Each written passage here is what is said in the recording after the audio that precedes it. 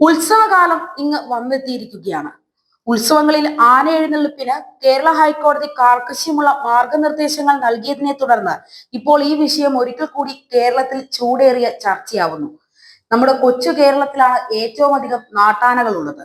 വനം വകുപ്പിന്റെ കർശന നിയന്ത്രണങ്ങൾ ഉണ്ടായിട്ടും ആനപ്രേമികളും ക്ഷേത്രം അധികാരികളും ഉത്സവ മാഫിയയും ദശലക്ഷങ്ങൾ ചെലവിട്ട് സുപ്രീം കോടതി വരെ ആന എഴുന്നള്ളിപ്പ് തുടരാനായി കേസുകൾ നടത്തുന്നു.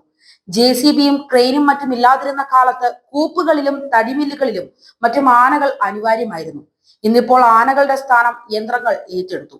എന്നാൽ ഉത്സവങ്ങളിൽ ആഘോഷം കൂടിയപ്പോൾ ആനകൾക്ക് പണി കുറയുന്നതിന് പകരം കൂടിയെന്നേയുള്ളൂ.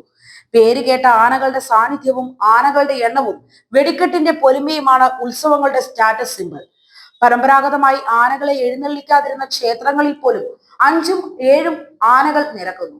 വനവകുപ്പിന്റെ കർശന നിയന്ത്രണങ്ങൾ ഉള്ളതുകൊണ്ട് മാത്രമാണ് എണ്ണം കൂട്ടാൻ ഉത്സവ കമ്മിറ്റിക്ക് സാധിക്കാത്തത്. ക്രിസ്ത്യൻ പള്ളികളിലെയും മുസ്ലിം പള്ളികളിലെയും ചടങ്ങുകളിലും ആന എഴുന്നള്ളിപ്പുണ്ട്. ഈ ദേവാലയങ്ങളിൽ ഇത്തരം പുതിയ ആചാരം വ്യാപകമാകാത്തത് നിയമത്തിന്റെ കാർക്കശ്യം ഒന്നുകൊണ്ട് മാത്രമാണ്.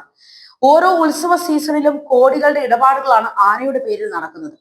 കുറെ ആന ഉടമകളും ആന ബ്രോക്കർമാരും ചേർന്ന് ഈ പാവം ജീവിയെ പണത്തിനായുള്ള ഉപാധി മാത്രമായാണ് കാണുന്നത്. നാട്ടാനകളുടെ എണ്ണം അതിവേഗം കുറയുന്നതിനാൽ ഉള്ളവയെ കൊണ്ട് പരമാവധി പണം വാരാനാണ് ശ്രമം. സീസണിൽ ആനകൾക്കും പാപ്പാമാർക്കും ഉറങ്ങാൻ പോലും സമയം ലഭിക്കുന്നില്ല. ഉത്സവ പറമ്പുകളിൽ നിന്ന് ഉത്സവ പറമ്പുകളിലേക്ക് ലോറികളിൽ പായുകയാണ് ഈ ആനകളും കുറെ മനുഷ്യരും. ആനകൾ ഇടയുന്നതും പാപ്പാന്മാരെയും മറ്റുള്ളവരെയും കൊല്ലുന്നതും സാധാരണ സംഭവങ്ങളായി മാറിയിരിക്കുന്നു. എന്നാലും ആനഭ്രാന്തിൽ നിന്ന് മലയാളികൾക്ക് മോചനമില്ല. ആനകളെ ഇത്രയേറെ സ്നേഹിക്കുന്ന ഒരു സമൂഹം ലോകത്ത് ഈ കേരളത്തിൽ മാത്രമേ കാണൂ. ഓരോ ആനയെയും ഒറ്റ നോട്ടത്തിൽ തിരിച്ചറിയാവുന്ന, ആ ജീവിയുടെ ജാതകം പോലും അറിയാവുന്ന പതിനായിരക്കണക്കിന് മലയാളികൾ ഇന്നുണ്ട്. കാട്ടിൽ സ്വതന്ത്രമായി വിഹരിക്കേണ്ട വന്യമൃഗത്തെ അവയ്ക്ക് തിരിച്ചറിയാത്ത സ്നേഹം കൊണ്ട് കൊല്ലുകയാണ് മലയാളികൾ. ഭക്ഷണവും വേദനയും മാത്രമാണ് മനുഷ്യരിൽ നിന്ന് ആനയ്ക്ക് മനസ്സിലാകുന്ന ഭാഷ. പട്ടിണിക്കിട്ടും തല്ലിമെരുക്കിയും കൊണ്ടു നടക്കുന്ന ആനകളുടെ ദുരിതം നെറ്റിപ്പട്ടവും കോലവുമേറ്റി തീവെട്ടിയുടെ തിളക്കത്തിൽ നിൽക്കുമ്പോൾ ആരും അറിയുന്നില്ല. ആനയും കരിമരുന്നും മൂലമുണ്ടാകുന്ന നഷ്ടങ്ങളെക്കുറിച്ച് പലരും ബോധവാന്മാരുമല്ല. ആനയുടെ ചെലവും ജീവഹാനികളും വെടിക്കെട്ട് ദുരന്തങ്ങളും എത്രയായാലും നാം മാറ്റി ചിന്തിക്കുന്നില്ല.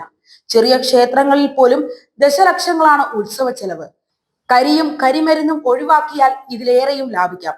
അപകട സാധ്യതകളും ഒഴിവാക്കാൻ കഴിയും.